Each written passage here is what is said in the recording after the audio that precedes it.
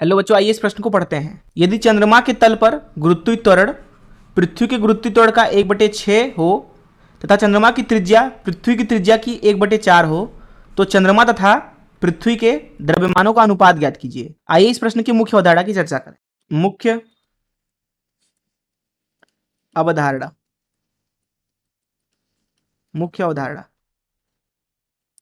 मान लीजिए कि हमारे पास में एक ठोस गोला है कुछ इस तरीके से। यह एक ठोस गोला है जिसका द्रव्यमान मान लेते हैं m है, त्रिज्या r है और इसका केंद्र ये है।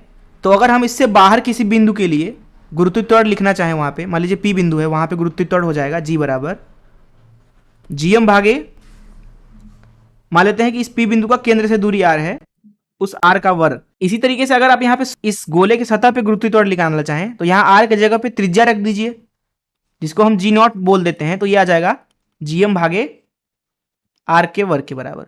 तो इस मुख्य अवधारणा का इस्तेमाल करके चलिए प्रश्न को हल करते हैं।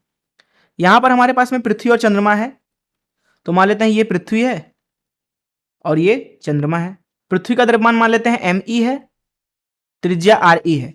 चंद्रमा का द्रव्यमान मान लेते हैं mm है और त्रिज्या rm, ये दोनों के केंद्र हैं। तो पृथ्वी की सतह पे अगर गुरुत्वीय त्वरण लिखना चाहें तो वो हो जाएगा, जिसको g बोल देते हैं, gme भागे re का वर्ग। वहीं चंद्रमा के सतह पे जो गुरुत्वीय त्वरण होगा जिसको जी डैश बोल देते हैं, वो हो जाएगा gmm भागे rm का वर्ग।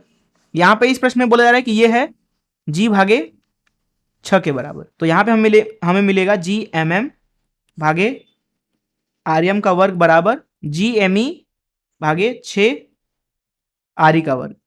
प्रश्न में हमसे पूछा जा रहा है चंद्रमा तथा पृथ्वी के द्रव्यमानों का अनुपात, अर्थात हमसे पूछा जा रहा है mm भागे me का मान पूछा जा रहा है। तो ये बराबर होगा, यहां पे g से g दोनों तरफ से कट जाएगा, rm का वर्ग भागे 6 re का वर्ग।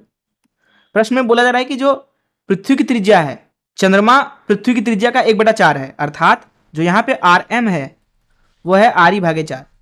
तो यहाँ मान रख देते हैं, तो यहाँ मिलेगा आपको re की घात 2 भागे 16 गुणे 6 गुणे re का वर्ग। इसलिए यहाँ पे हमें चंद्रमा का द्रव्यमान भागे पृथ्वी के द्रव्यमान का अनुपात मिलेगा 1/96 के बराबर। यही हो जाएगा इस प्रश्न का उत्तर।